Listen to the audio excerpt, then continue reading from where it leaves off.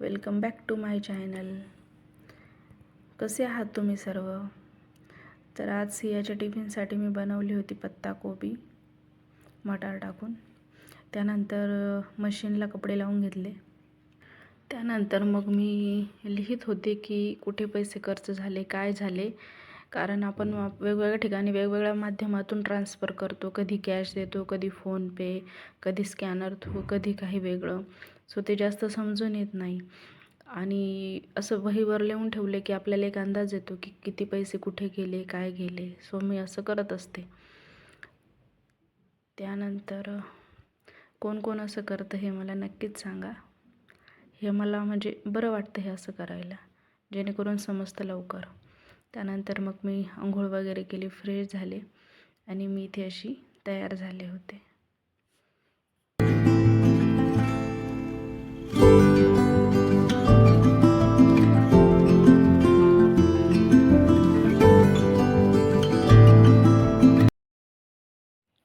त्यानंतर मग मी पूजा वगैरे केली आणि रांगोळी तीच आहे त्या दिवसाची, कारण ती अजून सियाने बघितलेलीच नाही आहे.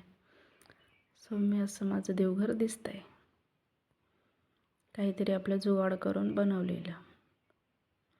त्यानंतर मग आता म्हटलं स्वयंपाक करूया. स्वयंपाक आज छोले बनवायचे होते. सो आता मी त्याच्यासाठी छोले धुवून घेतले. रात्री भिजत टाकलेले होते. आता व्यवस्थित धुवून घेतले एक दोन पाण्याने आणि कुकरमध्ये टाकून त्यात तेजपत्ता आणि मीठ टाकते. मीठ आताच म्हणजे मीठ शिजवतानाच टाकलं की मीठ चांगलं कोट होतं छोलेमध्ये, त्यामुळे चव चांगली लागते. त्यानंतर ते शिजते तोपर्यंत म्हटलं पुरी बनवायची होती, तर पुरीसाठीचं पीठ भिजवून घेते. यात मी गव्हाचं पीठ घेतलं आहे आणि 1 चमचा रवा घेते. रवा टाकला की जास्त वेळ फुगलेली असते पुरी.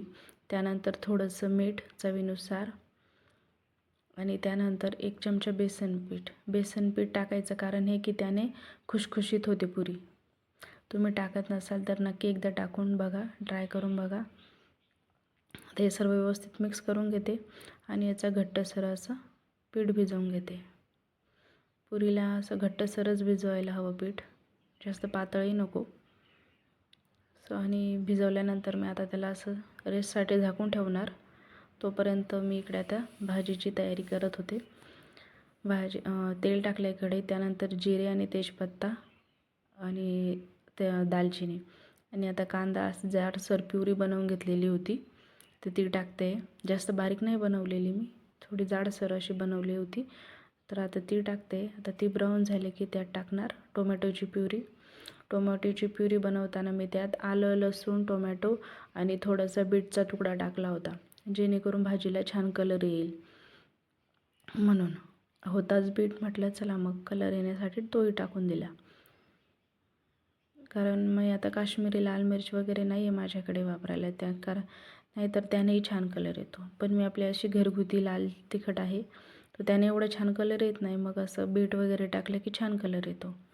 आता टोमॅटो वगैरे शिजला आहे. आता त्यात टाकते मी धनेपूड 1 चमचा, थोडीशी हळद आणि लाल तिखट 1.5 चमचा. त्यानंतर छोले मसाला, चना मसाला जो असेल तो टाकते 1.5 चमचा. नसला तर घरगुती मसाला टाकला आहे तरीही छान येते भाजी. असतो, मला वाटलं मोस्टली घरामध्ये असतो चना मसाला. सर मग तो टाकला आहे. आता ते व्यवस्थित परतवून घेते. मसाले छान असे मिक्स व्हायला हवेत टोमॅटोमध्ये. आता छान असं मिक्स केलं आहे आणि आता थोडंसं पाणी टाकते. जे छोले आपण आत्ताच उतरवलेले, कारण ते पाणीही त्यातलं गरम आहे, मग तेच थोडंसं पाणी टाकते. आणि कारण मग आता पाणी टाकलं की मसाले करपत आणि छान असे शिजतातही आणि मसाल्यांना तेलही सुटतं. थोडंसं 2-3 मिनटं झाकण ठेवते मी आता. मग छान असं बघा किती छान तेल सुटणार. तुम्ही कसे छोले बनवता मला नक्की सांगा. तर बघा तुम्ही आता किती छान असा कलरही आलेला आहे आणि तेलही छान सुटलं आहे भाजीला. त्याला पुन्हा एकदा छान असं मिक्स करून घेणार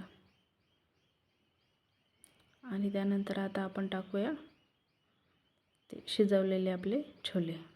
छोले शिजवताना कुणी कुणी ते चहा पावडरची पोटली वगैरे बनवूनही टाकतात, पण सियाच्या बाबांना नाही आवडत ते काळे झालेले चणे, त्याने कलर काळा येतो, तर ते नाही आवडत त्यांना. म्हणून मग मी आपलं साधं सिंपल फक्त एक दालचिनी, तेजपत्ता आणि मीठ टाकून उकडवून शिजवून घेते. आता मी याला छान असं परतवून घेते आणि तुम्हाला कशी कन्सिस्टन्सी हवी, घट्ट पातळ, त्यानुसार तुम्ही पाणी टाकू शकता. आणि त्यांना असे थोडे स्मॅश केलेले छोले आवडतात, अगदी अख्खाच असं छोले नाही म्हणतात ते, कारण इकडे असं स्मॅश केलेले छोले असतात, त्यामुळे मग त्यांना तसंच आवडतं. मग ते थोडंसं चमच्याने स्मॅश करून घेते आणि चांगले शिजलेली असली की ते फटाफट स्मॅशही होतात, काही प्रॉब्लेमही येत नाही. त्यानंतर आणखी थोडंसं पाणी टाकले मी गरमच, थंड पाणी अजिबात टाकायचं नाही भाजीला कुठल्याही, त्याने चवही खराब होते. आता हे छान शिजतं आहे, सो मी जास्त पाणी नाही टाकणार. आणि आता टाकते छान अशी कोथिंबीर. आमच्याकडे तर कोथिंबीर जेवढी असली तेवढी कमी असणार, खूप कोथिंबीर आवडते आमच्या इथे. त्यानंतर मी आता छान असं शिजू देते त्यांना 2-4-5 मिनटं. त्यानंतर मग मी पुरी बनवत होते. भटुरे बनवायचे म्हटले की मग त्यात मैदा येतो आणि मैदा शक्य होईल तेवढा अवॉइड करण्याचा प्रयत्न असतो, त्यामुळे मग पुरीच बनवते. आणि रवा टाकला की पुरी जास्त तेलही शोषत नाही, त्यामुळे छान लागते पुरी. आणि बेसन पिठामुळे तर खुसखुशीत होतेच. बघा किती छान अशी टम्म फुगलेली आहे. अशा मी आता आणखी सर्व पुऱ्या बनवून घेते. सर्व म्हणजे गरम गरमच खायला मजा येते अशा पुरी वगैरे. बघा ही पण किती छान अशी फुगलेली आहे. आणि माझी लोखंडी कढई आहे, त्यामुळे तळायचे वगैरे सर्व कामं मी आताच करते. आणि बघा आता इथे आपलं छोले आणि पुरी रेडी आहे मस्त. त्यानंतर मग सिया वगैरे आली, त्यानंतर आमचे जेवण वगैरे झाले. म्हटलं आता तिचा टिफिन साफ करूया. तर ह्या ज्या अशा कड्या वगैरे असतात आपल्या टिफिनच्या, यामध्ये खूप अशी घाण साचून बसते आणि ती अशी आपल्या स्क्रबरने नाही निघत. मग त्यासाठी मी काय करते, असं एक 20 रुपयाचा ब्रशच घेऊन ठेवलेला असतो, 20-30-20 रुपयाचा. तो ब्रश मी अशी टिफिन किंवा कपच्या दांड्या वगैरे असं साफ करायला ठेवून देते. सो मग असं ब्रशने घासलं की टिफिन एकदम स्वच्छ कानाकोपऱ्यांमध्येही जातो आणि स्वच्छही निघतो. मी हे असं 7-8 दिवसानंतरच करतच असते, रोज तर नाही रोज तेवढी घाणही होत नाही आणि करायला जमतही नाही. सो 7-8 दिवसानंतर असं करत असते. तुम्ही जर असं करत नसाल तर नक्कीच करा, कारण शेवटी टिफिनमधून जर त्याला घाण वगैरे जमा झाली तर ते अन्नपदार्थांमध्ये जाण्याची शक्यता असते. त्यामुळे बघा असा हा टिफिन एकदम स्वच्छ झालेला आहे, अगदी आता कुठेच घाण वगैरे दिसत नाही आहे. त्यानंतर मग सियाचं चालू होतं आहे केक बनव आणि घरात एक ऑरेंजही होता, म्हटलं चला ऑरेंज केकच बनवूया. त्यानंतर मग मी आता माझ्याकडे ज्यूस वगैरे काढायला काहीच नव्हतं, मग मी कपड्यानेच असा ज्यूस काढून घेतला आहे. आणि त्यात आता एक छोटे 2 चमचे समजा तेल घेतलेलं आहे मी. मिक्सरमध्ये जर ज्यूस काढायचं म्हटलं त्यात त्या बिया वगैरे आल्या असत्या, त्यामुळे म्हटलं चला कपड्यानेच काढू. एकच तर ऑरेंज आहे, जास्त काही वेळही लागणार नाही. त्यानंतर आता तेल आणि ज्यूस एकदम व्यवस्थित मिक्स करून घेते, छान असं फेटून. फक्त ज्यूस आणि तेल, बाकी काहीच नाही आहे यात. ते साईडला ठेवते, तोपर्यंत आपण पीठ वगैरेची तयारी करू. आता मी ते घेते, माझ्याकडे हा कप आहेच आपले कॉफी वगैरेचे, चहाचे यूज अँड थ्रोचे कप असतात ते. तर त्याने मी आता 1.5 कप गव्हाचं पीठ घेते. मी गव्हाच्या पिठाचा केक बनवते, जेणेकरून तो हेल्दीही राहील. 1.5 कप गव्हाचं पीठ घेतलं आहे मी. आता त्यामध्ये टाकणार आहे मी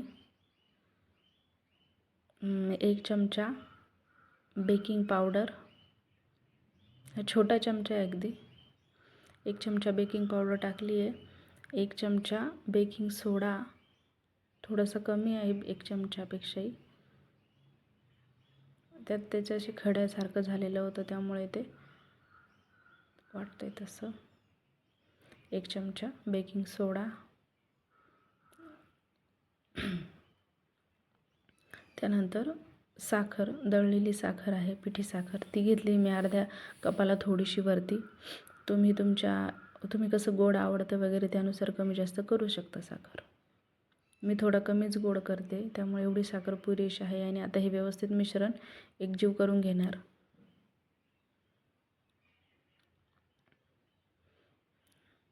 छान असं हलवून हे बघा, अशी कन्सिस्टन्सी यायला हवी. आणि ज्यूस जर कमी पडलं तर तुम्ही थोडंसं दूधही टाकू शकता. हे बघा असं. चला, आता आपले इथं बॅटर रेडी आहे. काहीच जास्त वेळही लागत नाही आणि काही जास्त सामान वगैरे लागत नाही. आणि मी आता याच कपांमध्ये बनवणार आहे. सो मी त्यात मिश्रण टाकून घेतले आणि कप टॅप करून घ्यायचे थोडेसे 2-1 सेकंद. आणि त्यानंतर मग माझ्याकडे टूटी फ्रुटी होती, म्हटलं चला ती टाकू. सो ती टाकून घेते. नसेल तर तुम्ही काजू बदामचे काप करूनही टाकू शकतात, किंवा नाही काही टाकलं तरी चालेल. त्याकडे तर मग मी ओव्हनमध्ये लावलेत. तुम्ही सेम असे कढईमध्येही करू शकतात. कढई 15 मिनटं प्रीहीट करून घ्या. आणि बघा आपला केक किती छान असा रेडी आहे. वेळही लागत नाही. सी ऐकू. चला, व्हिडिओ आवडले असल्यास लाईक करा, शेअर करा.